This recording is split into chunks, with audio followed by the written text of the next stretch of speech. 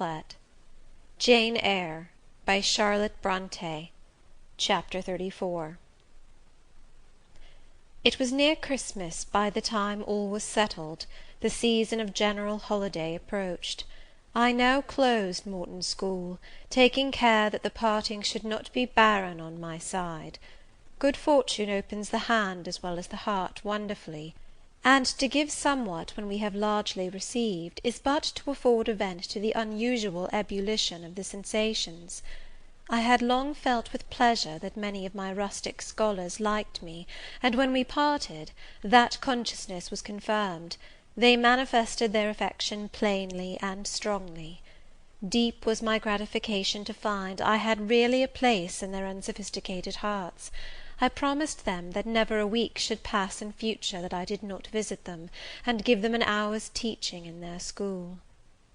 Mr. Rivers came up, as, having seen the classes, now numbering 60 girls, file out before me, and locked the door, I stood with the key in my hand, exchanging a few words of special farewell with some half-dozen of my best scholars, as decent, respectable, modest, and well-informed young women as could be found in the ranks of the British peasantry. And that is saying a great deal, for after all the British peasantry are the best taught, best mannered, most self-respecting of any in Europe. Since those days I have seen paysans and bouwerinnen, and the best of them seemed to me ignorant, coarse, and besotted, compared with my Morton girls. "Do you consider you have got your reward for a season of exertion?" asked Mr. Rivers when they were gone.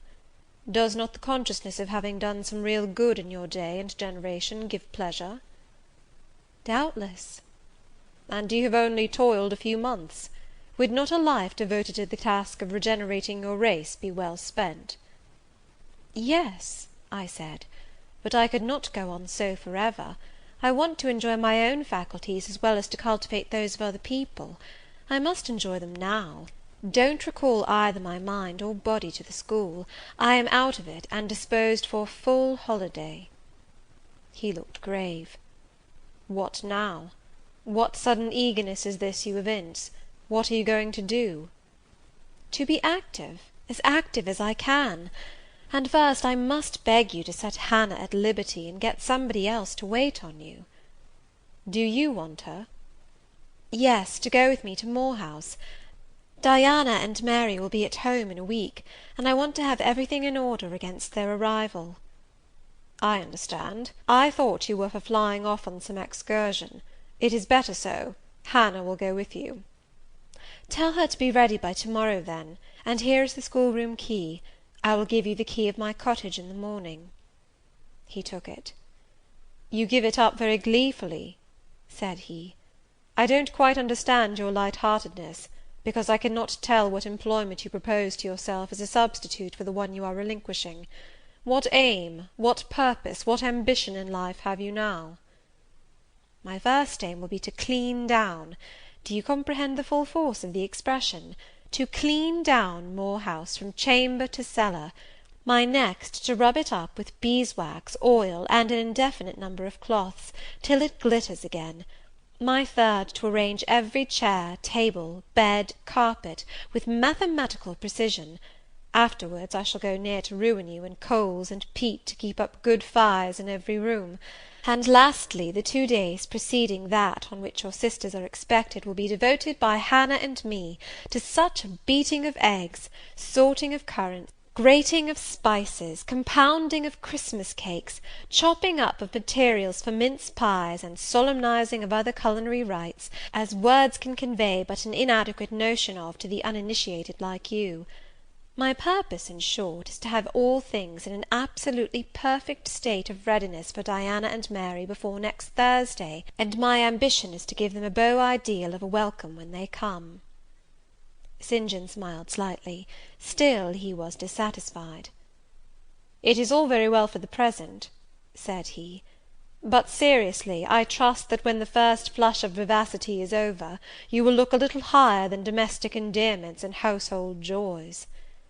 "The best things the world has," I interrupted. "No, Jane, no.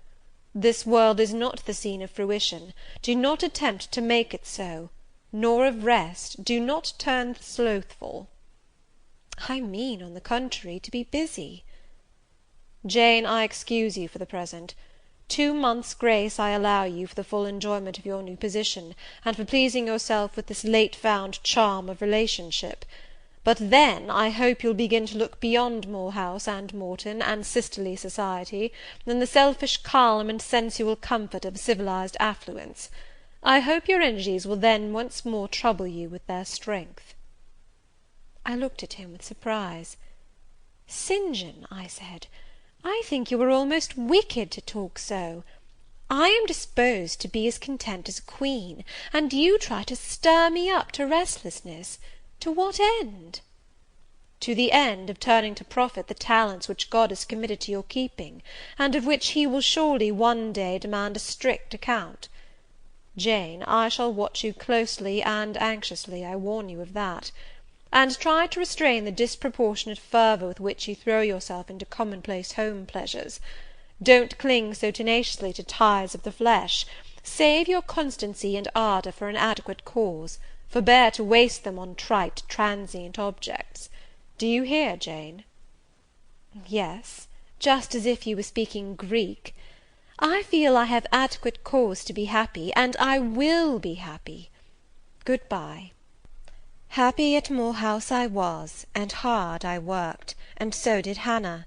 She was charmed to see how jovial I could be amidst the bustle of a house turned topsy-turvy, how I could brush and dust and clean and cook; and really, after a day or two of confusion worse confounded, it was delightful by degrees to invoke order from the chaos ourselves had made. I had previously taken a journey to S to purchase some new furniture, my cousins having given me carte blanche to effect what alterations I pleased, and a sum having been set aside for that purpose. The ordinary sitting-room and bedrooms I left much as they were, for I knew Diana and Mary would derive more pleasure from seeing again the old homely tables and chairs and beds, than from the spectacle of the smartest innovations. Still, some novelty was necessary, to give to their return the piquancy with which I wished it to be invested. Dark handsome new carpets and curtains, an arrangement of some carefully selected antique ornaments in porcelain and bronze, new coverings and mirrors and dressing-cases for the toilet tables, answered the end. They looked fresh without being glaring. A spare parlour and bedroom I refurnished entirely, with old mahogany and crimson upholstery. I laid canvas on the passage and carpets on the stairs.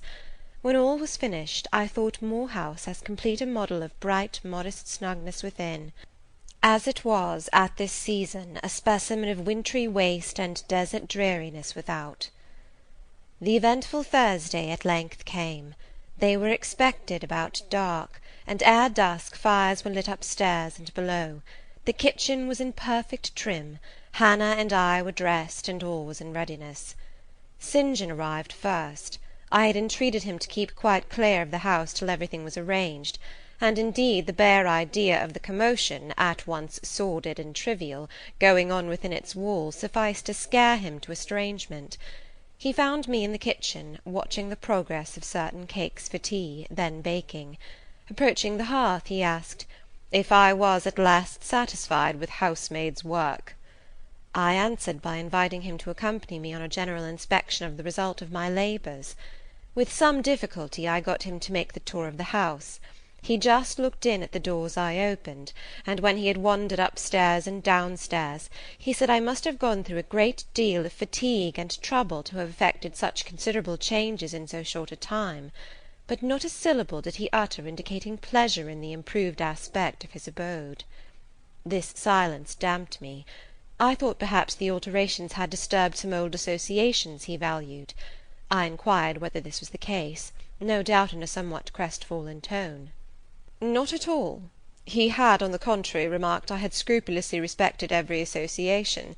He feared, indeed, I must have bestowed more thought on the matter than it was worth. How many minutes, for instance, had I devoted to studying the arrangement of this very room? By the by, could I tell him where such a book was? I showed him the volume on the shelf. He took it down, and withdrawing to his accustomed window recess, he began to read it. Now I did not like this reader. St. John was a good man, but I began to feel he had spoken truth of himself when he said he was hard and cold. The humanities and amenities of life had no attraction for him, its peaceful enjoyments no charm. Literally, he lived only to aspire, after what was good and great, certainly, but still he would never rest, nor approve of others resting round him. As I looked at his lofty forehead, still and pale as a white stone, at his fine lineaments fixed in study, I comprehended all at once that he would hardly make a good husband, that it would be a trying thing to be his wife. I understood, as by inspiration, the nature of his love for Miss Oliver. I agreed with him that it was but a love of the senses.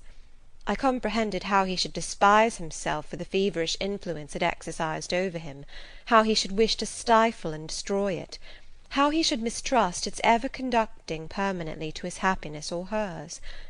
I saw he was of the material from which nature hews her heroes, Christian and pagan, her lawgivers, her statesmen, her conquerors, a steadfast bulwark for great interests to rest upon, but at the fireside too often a cold, cumbrous column, gloomy and out of place. This parlour is not his sphere, I reflected. The Himalayan ridge or Caffrey bush, even the plague-cursed Guinea coast swamp would suit him better. Well may he eschew the calm of domestic life, it is not his element. There his faculties stagnate, they cannot develop or appear to advantage.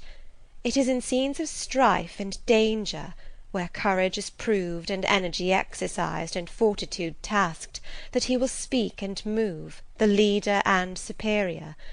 A merry child would have the advantage of him on this hearth. He is right to choose a missionary's career. I see it now. "They are coming! They are coming!" cried Hannah, throwing open the parlour door. At the same moment old Carlo barked joyfully. Out I ran. It was now dark, but a rumbling of wheels was audible. Hannah soon had a lantern lit. The vehicle had stopped at the wicket. The driver opened the door. First one well-known form, then another stepped out. In a minute I had my face under their bonnets, in contact first with Mary's soft cheek, then with Diana's flowing curls. They laughed, kissed me, then Hannah, patted Carlo, who was half wild with delight, asked eagerly if all was well, and being assured in the affirmative, hastened into the house. They were stiff with their long and jolting drive from Whitcross, and chilled with the frosty night air, but their pleasant countenances expanded to the cheerful firelight. While the driver and Hannah brought in the boxes, they demanded St. John. At this moment he advanced from the parlour. They both threw their arms round his neck at once. He gave each one quiet kiss, said in a low tone a few words of welcome, stood a while to be talked to, and then, intimating that he supposed they would soon rejoin him in the parlour, withdrew there as to a place of refuge. I had lit their candles to go upstairs, but Diana had first to give hospitable orders respecting the driver. This done, both followed me. They were delighted with the renovation and decorations of their rooms, with the new drapery and fresh carpets and rich tinted china vases. They expressed their gratification ungrudgingly. I had the pleasure of feeling that my arrangements met their wishes exactly, and that what I had done added a vivid charm to their joyous return home. Sweet was that evening. My cousins, full of exhilaration, were so eloquent in narrative and comment, that their fluency covered St. John's taciturnity. He was sincerely glad to see his sisters, but in their glow of fervour and flow of joy he could not sympathize. The event of the day, that is, the return of Diana and Mary, pleased him, but the accompaniments of that event, the glad tumult, the garrulous glee of reception, irked him. I saw he wished the calmer morrow was come. In the very meridian of the night's enjoyment, about an hour after tea, a rap was heard at the door. Hannah entered with the intimation that "a poor lad was come, at that unlikely time, to fetch Mr. Rivers to see his mother, who was drawing away." "Where does she live, Hannah?" "Clear up at Whitcross Brow, almost 4 miles off, and more in moss all the way." "Tell him I will go." "I'm sure, sir, you had better not. It's the worst road to travel after dark that can be. There's no track at all over the bog. And then it is such a bitter night, the keenest wind you ever felt. You had better send word, sir, that you will be there in the morning." But he was already in the passage, putting on his cloak, and without one objection, one murmur, he departed. It was then 9 o'clock. He did not return till midnight. Starved and tired enough he was, but he looked happier than when he set out. He had performed an act of duty, made an exertion, felt his own strength to do and deny, and was on better terms with himself. I am afraid the whole of the ensuing week tried his patience. It was Christmas week. We took to no settled employment, but spent it in a sort of merry domestic dissipation. The air of the moors, the freedom of home, the dawn of prosperity, acted on Diana and Mary's spirits like some life-giving elixir. They were gay from morning till noon, and from noon till night. They could always talk, and their discourse, witty, pithy, original, had such charms for me, that I preferred listening to and sharing in it to doing anything else.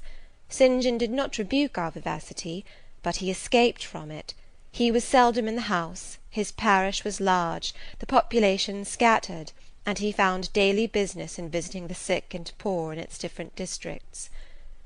One morning at breakfast, Diana, after looking a little pensive for some minutes, asked him, if his plans were yet unchanged. "Unchanged and unchangeable," was the reply; and he proceeded to inform us that his departure from England was now definitively fixed for the ensuing year. "And Rosamond Oliver?"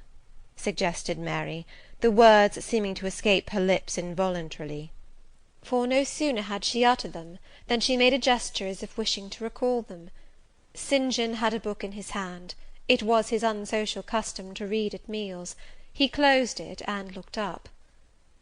"Rosamond Oliver," said he, "is about to be married to Mr. Granby, one of the best connected and most estimable residents in S., grandson and heir to Sir Frederick Granby. I had the intelligence from her father yesterday." His sisters looked at each other and at me. We all three looked at him. He was serene as glass.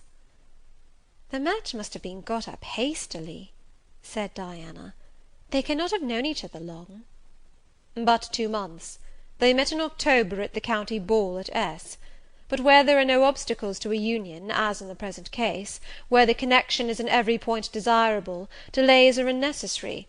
They will be married as soon as S. Place, which Sir Frederick gives up to them, can be refitted for their reception." The first time I found St. John alone after this communication, I felt tempted to inquire if the event distressed him; but he seemed so little to need sympathy, that, so far from venturing to offer him more, I experienced some shame at the recollection of what I had already hazarded. Besides, I was out of practice in talking to him; his reserve was again frozen over, and my frankness was congealed beneath it.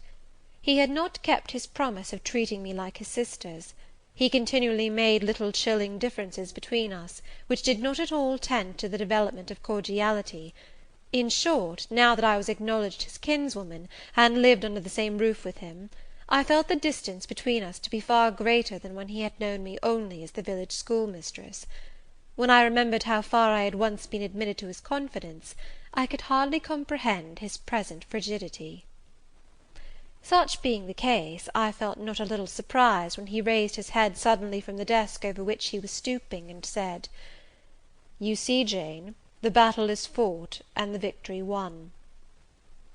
Startled at being thus addressed, I did not immediately reply.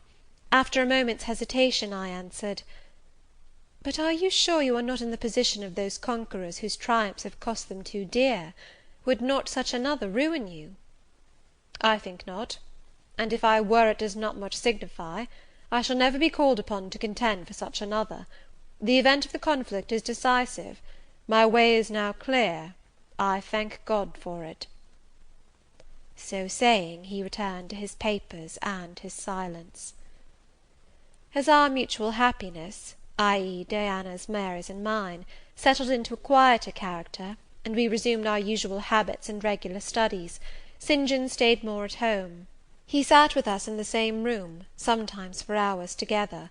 While Mary drew, Diana pursued a course of encyclopedic reading she had, to my awe and amazement, undertaken, and I fagged away at German, he pondered a mystic lore of his own, that of some Eastern tongue, the acquisition of which he thought necessary to his plans. Thus engaged, he appeared, sitting in his own recess, quiet and absorbed enough; but that blue eye of his had a habit of leaving the outlandish-looking grammar, and wandering over, and sometimes fixing upon us, his fellow students, with a curious intensity of observation. If caught, it would be instantly withdrawn, yet ever and anon it returned searchingly to our table. I wondered what it meant. I wondered, too, at the punctual satisfaction he never failed to exhibit on an occasion that seemed to me of small moment, namely, my weekly visit to Morton School; and still more was I puzzled, when, if the day was unfavourable, if there was snow, or rain, or high wind, and his sisters urged me not to go, he would invariably make light of their solicitude, and encourage me to accomplish the task without regard to the elements. "Jane is not such a weakling as you would make her," he would say. "She can bear a mountain blast, or a shower, or a few flakes of snow, as well as any of us. Her constitution is both sound and elastic, better calculated to endure variations of climate than many more robust." And when I returned, sometimes a good deal tired, and not a little weather-beaten, I never dared complain, because I saw that to murmur would be to vex him. On all occasions fortitude pleased him; the reverse was a special annoyance. One afternoon, however, I got leave to stay at home, because I really had a cold. His sisters were gone to Morton in my stead. I sat reading Schiller, he deciphering his crabbed oriental scrolls. As I exchanged a translation for an exercise, I happened to look his way. There I found myself under the influence of the ever-watchful blue eye. How long it had been searching me through, and over, I cannot tell. So keen was it, and yet so cold, I felt for the moment superstitious, as if I was sitting in the room with something uncanny. "Jane, what are you doing?" "Learning German." "I want you to give up German, and learn Hindostani." "You are not in earnest?" "In such earnest that I must have it so, and I will tell you why." He then went on to explain that Hindostani was the language he was himself at present studying; that as he advanced he was apt to forget the commencement; that it would assist him greatly to have a pupil with whom he might again and again go over the elements, and so fix them thoroughly in his mind, that his choice had hovered for some time between me and his sisters; but that he had fixed on me because he saw I could sit at the task the longest of the three. Would I do him this favour? I should not, perhaps, have to make the sacrifice long, as it wanted now barely 3 months to his departure. St. John was not a man to be lightly refused. You felt that every impression made on him, either for pain or pleasure, was deep-graved and permanent. I consented. When Diana and Mary returned, the former found her scholar transferred from her to her brother. She laughed, and both she and Mary agreed that St. John should never have persuaded them to such a step. He answered quietly, "I know it." I found him a very patient, very forbearing, and yet an exacting master. He expected me to do a great deal, and when I fulfilled his expectations, he in his own way fully testified his approbation. By degrees he acquired a certain influence over me that took away my liberty of mind. His praise and notice were more restraining than his indifference. I could no longer talk or laugh freely when he was by, because a tiresomely importunate instinct reminded me that vivacity, at least in me, was distasteful to him. I was so fully aware that only serious moods and occupations were acceptable, that in his presence every effort to sustain or follow any other became vain. I fell under a freezing spell. When he said go, I went; come, I came; do this, I did it. But I did not love my servitude. I wished, many a time, he had continued to neglect me. One evening, when at bedtime his sisters and I stood round him, bidding him good night, he kissed each of them as was his custom, and as was equally his custom, he gave me his hand. Diana, who chanced to be in a frolicsome humour, she was not painfully controlled by his will, for hers in another way was as strong, exclaimed, "St. John, you used to call Jane your third sister, but you don't treat her as such. You should kiss her too." She pushed me towards him. I thought Diana very provoking, and felt uncomfortably confused; and while I was thus thinking and feeling, St. John bent his head. His Greek face was brought to a level with mine, his eyes questioned my eyes piercingly. He kissed me. There are no such things as marble kisses or ice kisses, or I should say my ecclesiastical cousin's salute belonged to one of these classes; but there may be experiment kisses, and his was an experiment kiss. When given, he viewed me to learn the result. It was not striking. I am sure I did not blush. Perhaps I might have turned a little pale, for I felt as if this kiss were a seal affixed to my fetters. He never omitted the ceremony afterwards, and the gravity and quiescence with which I underwent it seemed to invest it for him with a certain charm. As for me, I daily wished more to please him; but to do so, I felt daily more and more that I must disown half my nature, stifle half my faculties, wrest my tastes from their original bent, force myself to the adoption of pursuits for which I had no natural vocation. He wanted to train me to an elevation I could never reach. It racked me hourly to aspire to the standard he uplifted. The thing was as impossible as to mould my irregular features to his correct and classic pattern, to give my changeable green eyes the sea-blue tint and solemn lustre of his own. Not his ascendancy alone, however, held me in thrall at present. Of late it had been easy enough for me to look sad. A cankering evil sat at my heart, and drained my happiness at its source, the evil of suspense. Perhaps you think I had forgotten Mr. Rochester, reader, amidst these changes of place and fortune. Not for a moment. His idea was still with me, because it was not a vapour sunshine could disperse, nor a sand-traced effigy storms could wash away. It was a name graven on a tablet, fated to last as long as the marble it inscribed. The craving to know what had become of him followed me everywhere. When I was at Morton, I re-entered my cottage every evening to think of that; and now at Moor House, I sought my bedroom each night to brood over it. In the course of my necessary correspondence with Mr. Briggs about the will, I had inquired if he knew anything of Mr. Rochester's present residence and state of health; but, as St. John had conjectured, he was quite ignorant of all concerning him. I then wrote to Mrs. Fairfax, entreating information on the subject. I had calculated with certainty on this step answering my end. I felt sure it would elicit an early answer. I was astonished when a fortnight passed without reply; but when 2 months wore away, and day after day the post arrived and brought nothing for me, I fell a prey to the keenest anxiety. I wrote again. There was a chance of my first letter having missed. Renewed hope followed renewed effort. It shone like the former for some weeks; then, like it, it faded, flickered. Not a line, not a word reached me. When half a year wasted in vain expectancy, my hope died out, and then I felt dark indeed. A fine spring shone round me, which I could not enjoy. Summer approached. Diana tried to cheer me. She said I looked ill, and wished to accompany me to the sea-side. This St. John opposed. He said I did not want dissipation, I wanted employment. My present life was too purposeless. I required an aim.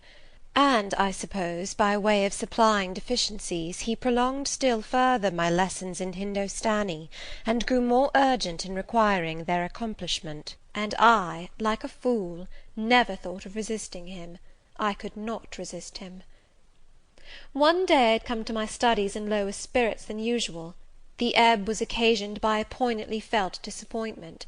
Hannah had told me in the morning there was a letter for me, and when I went down to take it, almost certain that the long-looked-for tidings were vouchsafed me at last, I found only an unimportant note from Mr. Briggs on business.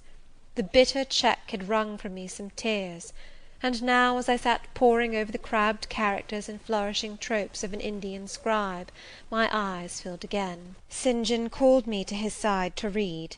In attempting to do this, my voice failed me, words were lost in sobs. He and I were the only occupants of the parlour. Diana was practising her music in the drawing-room, Mary was gardening. It was a very fine May day, clear, sunny, and breezy. My companion expressed no surprise at this emotion, nor did he question me as to its cause. He only said, "We will wait a few minutes, Jane, till you are more composed." And while I smothered the paroxysm with all haste, he sat calm and patient, leaning on his desk, and looking like a physician watching with the eye of science an expected and fully understood crisis in a patient's malady. Having stifled my sobs, wiped my eyes, and muttered something about not being very well that morning, I resumed my task, and succeeded in completing it. St. John put away my books and his, locked his desk, and said, "Now, Jane, you shall take a walk, and with me." "I will call Diana and Mary." "No, I want only one companion this morning, and that must be you. Put on your things, go out by the kitchen door, take the road towards the head of Marsh Glen. I will join you in a moment." I know no medium. I never in my life have known any medium in dealing with positive hard characters antagonistic to my own, between absolute submission and determined revolt. I have always faithfully observed the one, up to the very moment of bursting, sometimes with volcanic vehemence, into the other; and as neither present circumstances warranted, nor my present mood inclined me to mutiny, I observed careful obedience to St. John's directions, and in 10 minutes I was treading the wild track of the glen, side by side with him. The breeze was from the west. It came over the hills, sweet with scents of heath and rush. The sky was of stainless blue. The stream descending the ravines swelled with past spring rains, poured along plentiful and clear, catching golden gleams from the sun and sapphire tints from the firmament. As we advanced and left the track, we trod a soft turf, mossy fine and emerald green, minutely enamelled with a tiny white flower, and spangled with a star-like yellow blossom. The hills meantime shut us quite in, for the glen, towards its head, wound to their very core. "Let us rest here," said St. John as we reached the first stragglers of a battalion of rocks, guarding a sort of pass, beyond which the beck rushed down a waterfall, and where, still a little further, the mountain shook off turf and flower, had only heath for raiment and crag for gem, where it exaggerated the wild to the savage, and exchanged the fresh for the frowning, where it guarded the forlorn hope of solitude, and a last refuge for silence. I took a seat. St. John stood near me. He looked up the pass and down the hollow. His glance wandered away with the stream, and returned to traverse the unclouded heaven which coloured it. He removed his hat, let the breeze stir his hair and kiss his brow. He seemed in communion with the genius of the haunt. With his eye he bade farewell to something. "And I shall see it again," he said aloud, "in dreams when I sleep by the Ganges, and again in a more remote hour, when another slumber overcomes me, on the shore of a darker stream." Strange words of a strange love, an austere patriot's passion for his fatherland. He sat down. For half an hour we never spoke, neither he to me nor I to him. That interval past, he recommenced. "Jane, I go in 6 weeks. I have taken my berth in an East Indiaman which sails on the 20th of June." "God will protect you, for you have undertaken his work," I answered. "Yes," he said, "there is my glory and joy. I am the servant of an infallible master. I am not going out under human guidance, subject to the defective laws and erring control of my feeble fellow worms. My king, my lawgiver, my captain is the all-perfect. It seems strange to me that all round me do not burn to enlist under the same banner, to join in the same enterprise." "All have not your powers, and it would be folly for the feeble to wish to march with the strong." "I do not speak of the feeble, or think of them. I address only such as are worthy of the work, and content to accomplish it." "Those are few in number, and difficult to discover." "You say truly. But when found, it is right to stir them up, to urge and exhort them to the effort, to show them what their gifts are and why they were given, to speak heaven's message in their ear, to offer them, direct from God, a place in the ranks of his chosen." "If they are really qualified for the task, will not their own hearts be the first to inform them of it?" I felt as if an awful charm was framing round and gathering over me. I trembled to hear some fatal words spoken which would at once declare and rivet the spell. "And what does your heart say?" demanded St. John. "My heart is mute, my heart is mute," I answered, struck and thrilled. "Then I must speak for it," continued the deep relentless voice. "Jane, come with me to India. Come as my helpmeet and fellow labourer." The glen and sky spun round, the hills heaved. It was as if I had heard a summons from heaven, as if a visionary messenger, like him of Macedonia, had announced, "Come over and help us." But I was no apostle, I could not behold the herald, I could not receive his call. "O St. John," I cried, "have some mercy!" I appealed to one who, in the discharge of what he believed his duty, knew neither mercy nor remorse. He continued, "God and nature intended you for a missionary's wife. It is not personal, but mental endowments they have given you. You are formed for labour, not for love.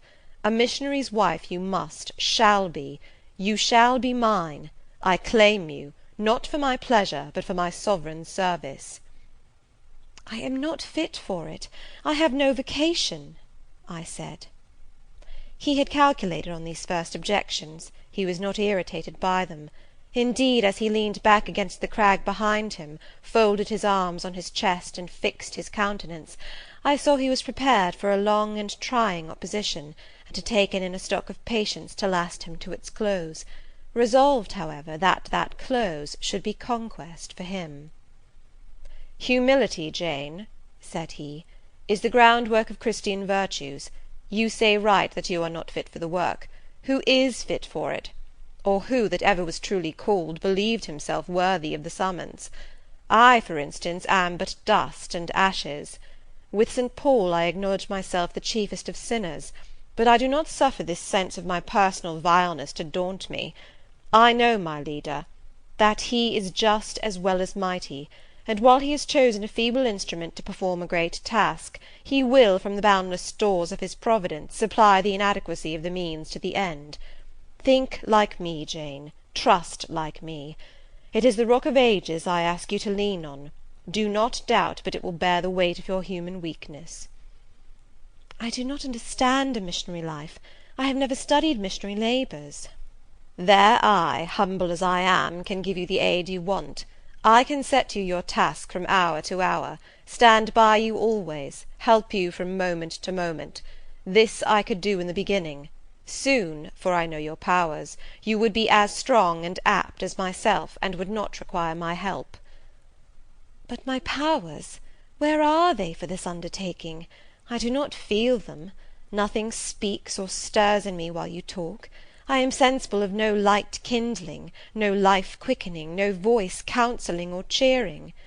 Oh, I wish I could make you see how much my mind is at this moment like a rayless dungeon, with one shrinking fear fettered in its depths, the fear of being persuaded by you to attempt what I cannot accomplish." "I have an answer for you. Hear it. I have watched you ever since we first met. I have made you my study for 10 months. I have proved you in that time by sundry tests. And what have I seen and elicited? In the village school I found you could perform well, punctually, uprightly, labour uncongenial to your habits and inclinations. I saw you could perform it with capacity and tact. You could win while you controlled. In the calm with which you learnt you had become suddenly rich, I read a mind clear of the vice of Demas. Lucre had no undue power over you. In the resolute readiness with which you cut your wealth into 4 shares, keeping but one to yourself, and relinquishing the 3 others to the claim of abstract justice, I recognized a soul that revelled in the flame and excitement of sacrifice. In the tractability with which, at my wish, you forsook a study in which you were interested, and adopted another because it interested me. In the untiring assiduity with which you have since persevered in it, in the unflagging energy and unshaken temper with which you have met its difficulties, I acknowledge the complement of the qualities I seek. Jane, you are docile, diligent, disinterested, faithful, constant, and courageous, very gentle and very heroic. Cease to mistrust yourself. I can trust you unreservedly. As a conductress of Indian schools and a helper amongst Indian women, your assistance will be to me invaluable." My iron shroud contracted round me. Persuasion advanced with slow, sure step. Shut my eyes as I would, these last words of his succeeded in making the way, which had seemed blocked up, comparatively clear. My work, which had appeared so vague, so hopelessly diffuse, condensed itself as he proceeded, and assumed a definite form under his shaping hand. He waited for an answer. I demanded a quarter of an hour to think before I again hazarded a reply. "Very willingly," he rejoined; and rising, he strode a little distance up the pass, threw himself down on a swell of heath, and there lay still. I can do what he wants me to do. I am forced to see and acknowledge that, I meditated. That is, if life be spared me. But I feel mine is not the existence to be long protracted under an Indian sun. What then? He does not care for that. When my time came to die, he would resign me, in all serenity and sanctity, to the God who gave me. The case is very plain before me. In leaving England, I should leave a loved but empty land. Mr. Rochester is not there, and if he were, what is, and what can that ever be to me? My business is to live without him now. Nothing so absurd, so weak, as to drag on from day to day as if I were waiting some impossible change in circumstances which might reunite me to him. Of course, as St. John once said, I must seek another interest in life to replace the one lost. Is not the occupation he now offers me truly the most glorious man can adopt or God assign? Is it not, by its noble cares and sublime results, the one best calculated to fill the void left by uptorn affections and demolished hopes? I believe I must say yes, and yet I shudder. Alas, if I join St. John, I abandon half myself. If I go to India, I go to premature death. And how will the interval between leaving England for India, and India for the grave, be filled? Oh, I know well. That, too, is very clear to my vision. By straining to satisfy St. John till my sinews ache, I shall satisfy him, to the finest central point and farthest outward circle of his expectations. If I do go with him, if I do make the sacrifice he urges, I will make it absolutely. I will throw all on the altar, heart, vitals, the entire victim. He will never love me, but he shall approve me. I will show him energies he has not yet seen, resources he has never suspected. Yes, I can work as hard as he can, and with as little grudging. Consent, then, to his demand is possible, but for one item, one dreadful item. It is that he asks me to be his wife, and has no more of a husband's heart for me than that frowning giant of a rock down which the stream is foaming in yonder gorge. He prizes me as a soldier would a good weapon, and that is all.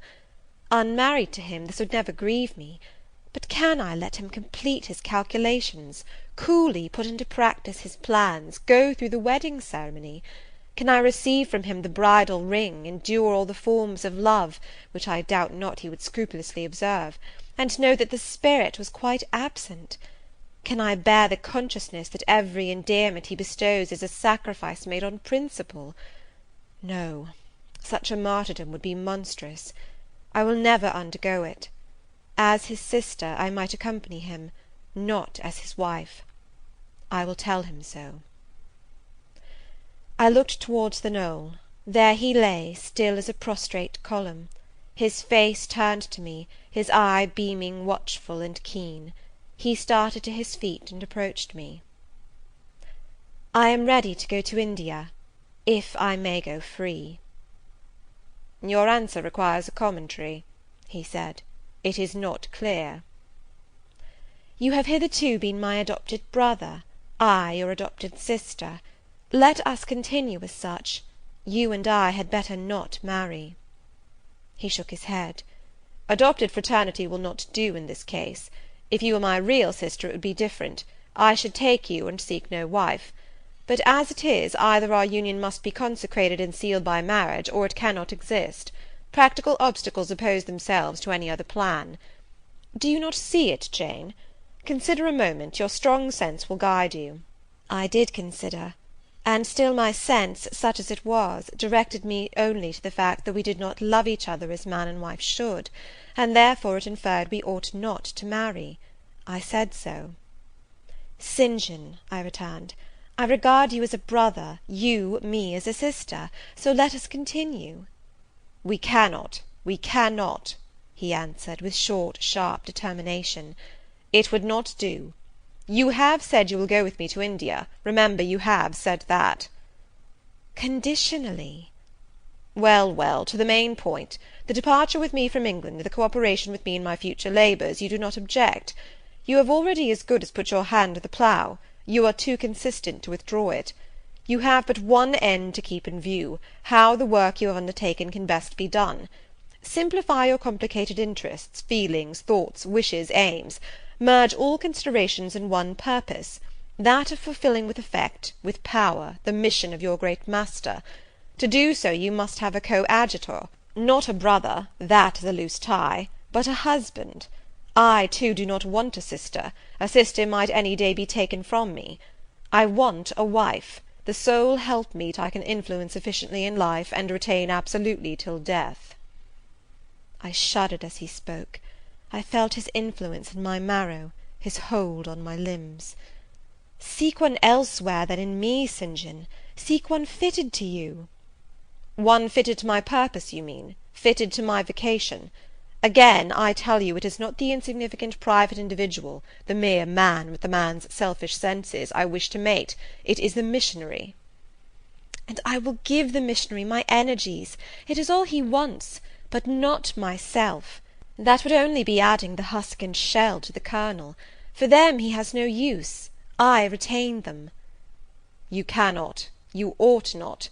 Do you think God will be satisfied with half an oblation? Will he accept a mutilated sacrifice? It is the cause of God I advocate; it is under his standard I enlist you. I cannot accept on his behalf a divided allegiance; it must be entire." "Oh, I will give my heart to God," I said. "You do not want it."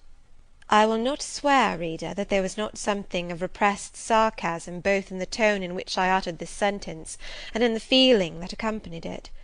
I had silently feared St. John till now, because I had not understood him. He had held me in awe, because he had held me in doubt. How much of him was saint, how much mortal, I could not heretofore tell; but revelations were being made in this conference, the analysis of his nature was proceeding before my eyes. I saw his fallibilities, I comprehended them. I understood that, sitting there where I did, on the bank of heath, and with that handsome form before me, I sat at the feet of a man, caring as I. The veil fell from his hardness and despotism. Having felt in him the presence of these qualities, I felt his imperfection, and took courage. I was with an equal, one with whom I might argue, one whom, if I saw good, I might resist. He was silent after I had uttered the last sentence, and I presently risked an upward glance at his countenance. His eye, bent on me, expressed at once stern surprise and keen inquiry. "Is she sarcastic, and sarcastic to me?" it seemed to say. "What does this signify?" "Do not let us forget that this is a solemn matter," he said ere long, "one of which we may neither think nor talk lightly without sin. I trust, Jane, you are in earnest when you say you will serve your heart to God. It is all I want. Once wrench your heart from man, and fix it on your Maker, the advancement of that Maker's spiritual kingdom on earth will be your chief delight and endeavour. You will be ready to do at once whatever furthers that end. You will see what impetus would be given to your efforts and mine by our physical and mental union in marriage. The only union that gives a character of permanent conformity to the destinies and designs of human beings; and passing over all minor caprices, all trivial difficulties and delicacies of feeling, all scruple about the degree, kind, strength, or tenderness of mere personal inclination, you will hasten to enter into that union at once." "Shall I?" I said briefly; and I looked at his features, beautiful in their harmony, but strangely formidable in their still severity; at his brow, commanding but not open; at his eyes, bright and deep and searching, but never soft; at his tall imposing figure, and fancied myself in idea his wife. Oh, it would never do! As his curate, his comrade, all would be right. I would cross oceans with him in that capacity, toil under eastern suns, in Asian deserts with him in that office, admire and emulate his courage and devotion and vigour, accommodate quietly to his masterhood, smile undisturbed at his ineradicable ambition, discriminate the Christian from the man, profoundly esteem the one, and freely forgive the other. I should suffer often, no doubt, attached to him only in this capacity. My body would be under rather a stringent yoke, but my heart and mind would be free. I should still have my unblighted self to turn to, my natural unenslaved feelings with which to communicate in moments of loneliness. There would be recesses in my mind which would be only mine, to which he never came, and sentiments growing there fresh and sheltered, which his austerity could never blight, nor his measured warrior march trample down. But as his wife, at his side always, and always constrained, and always checked, forced to keep the fire of my nature continually low, to compel it to burn inwardly, and never utter a cry, though the imprisoned flame consumed vital after vital, this would be unendurable.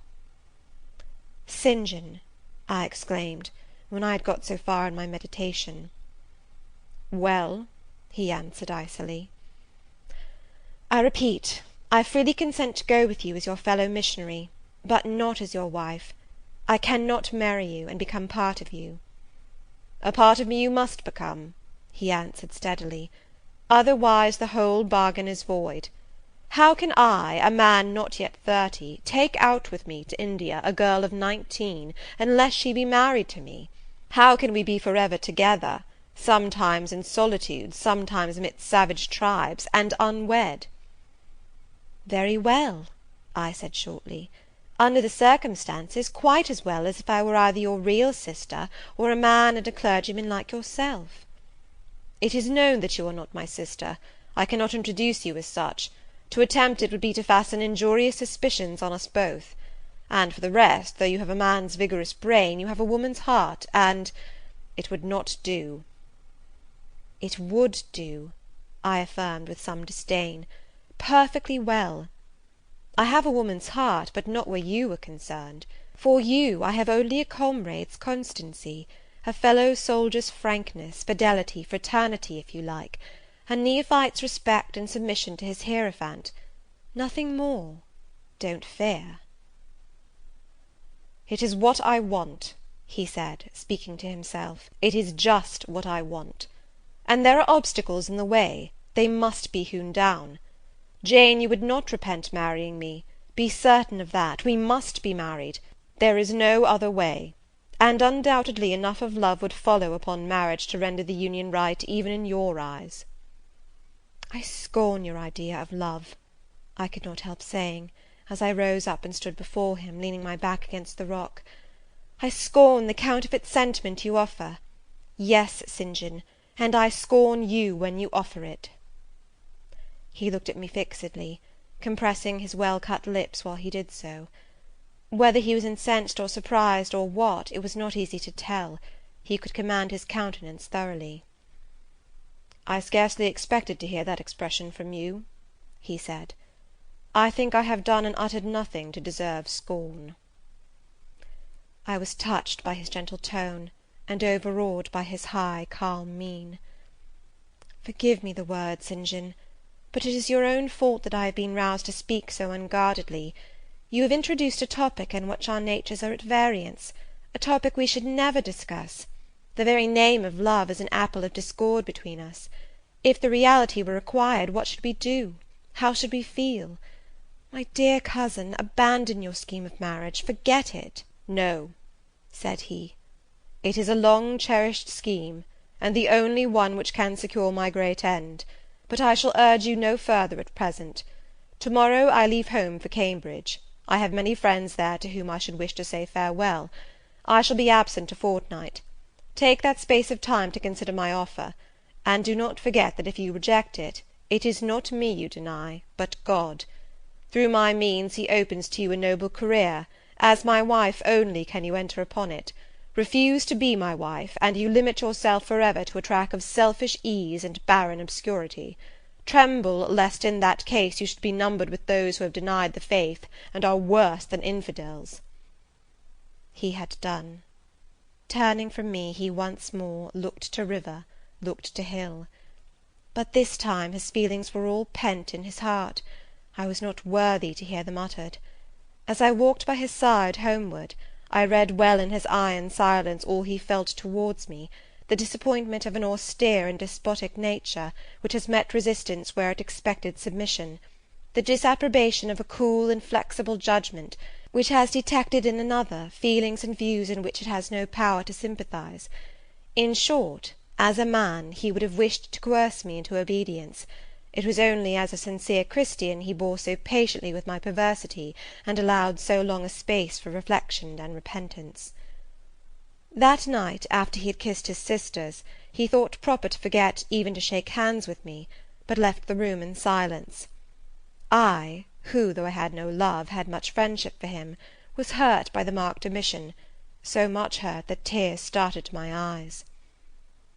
"I see you and St. John have been quarrelling, Jane," said Diana, during our walk on the moor; "but go after him. He is now lingering in the passage expecting you. He will make it up." I have not much pride under such circumstances. I would always rather be happy than dignified, and I ran after him. He stood at the foot of the stairs. "Good night, St. John," said I. "Good night, Jane," he replied calmly. "Then shake hands," I added. What a cold, loose touch he impressed on my fingers! He was deeply displeased by what had occurred that day. Cordiality would not warm, nor tears move him. No happy reconciliation was to be had with him, no cheering smile or generous word; but still the Christian was patient and placid, and when I asked him if he forgave me, he answered that he was not in the habit of cherishing the remembrance of vexation, that he had nothing to forgive, not having been offended. And with that answer he left me. I would much rather he had knocked me down. Chapter 34.